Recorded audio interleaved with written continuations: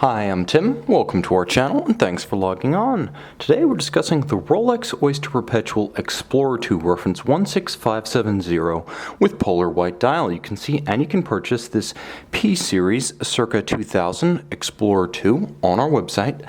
Subscribe to our YouTube channel if you enjoy these videos, and please click on the card in the upper right hand corner of the screen at any time during this video to see our full sales listing for this watch with additional accessories included in the sale, high resolution images for your desktop, and naturally complete pricing details for this circa Y2K Rolex Explorer II. Now the watch on my wrist is remarkably crisp and nostalgic. It's still very much from the modern era. I mean, there was wireless internet, you could go out and buy a hybrid car.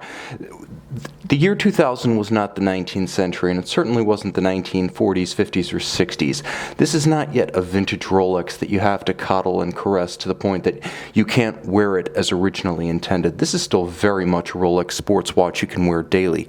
But what sets it apart is that it is not the enormous 42 that some have found just downright unwearable. So if you favor the older style Rolex case, pre-super case, and you favor the 40 for Rolex case sizes, this watch might be right up your alley. Combine the fact that the white dial is a lesser seen version of an already fairly uncommon Rolex complication, the Explorer II, and you have a watch that's downright collectible and wearable. Now 40 millimeters is the size on the wrist. That's 3 o'clock to 9 o'clock, not inclusive of crown or crown guards. It's a fairly thin watch, but because it doesn't have a dive style bezel or a GMT style bezel, it has a fixed bezel. The fact that it is dramatically sloped and has no outward cantilever means it will slide very easily under not just a suit jacket sleeve, but also the dress cuff beneath. A couple of ways to measure this watch across the wrist. Now, if you were to measure it lug to lug, which is perfectly appropriate since the watch does still have the pin tool holes in the lug for easy swapping, the watch would be 47.3 millimeters across the wrist, so from 12 to 6 end to end. Because this does feature a later bracelet with solid end links, you can see that it's a little bit broader across the wrist. This is where the watch leans a little bit more modern than vintage.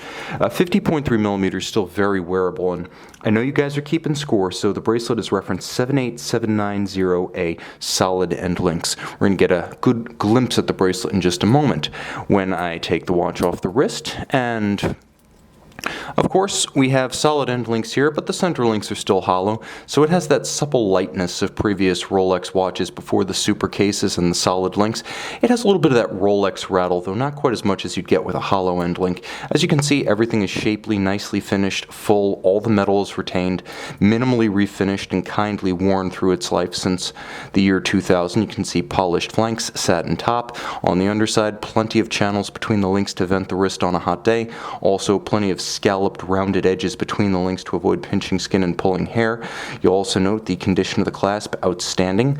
The stamped clasp featuring all of the internal reference numbers, year stamp, Rolex maker's marks, and because I know you're wondering, and because it's a legitimate question, it is code AB, which matches the serial number of the watch, 2000-2000.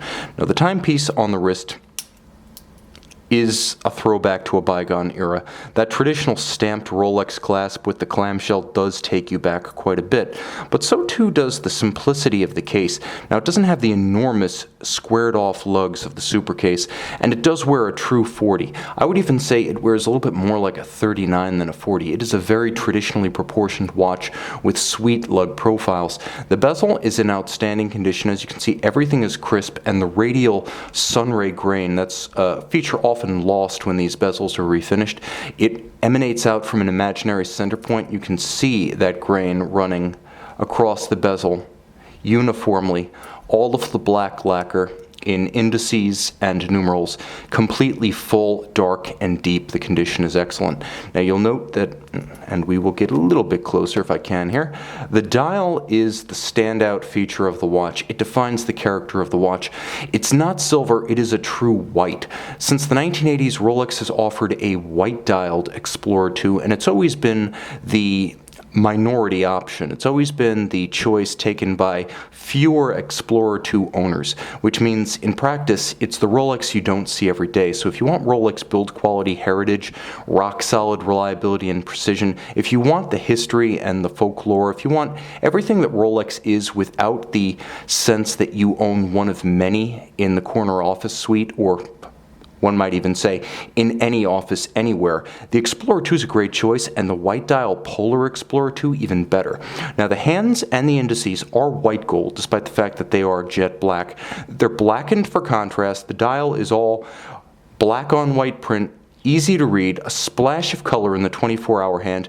Now, since the transitional reference 16550, all of the Explorer IIs have been true dual time, so you do have the ability to set the hands, the 24-hour hand that moves in 1 circuit per day and the local hour hand which moves in 12-hour circuits.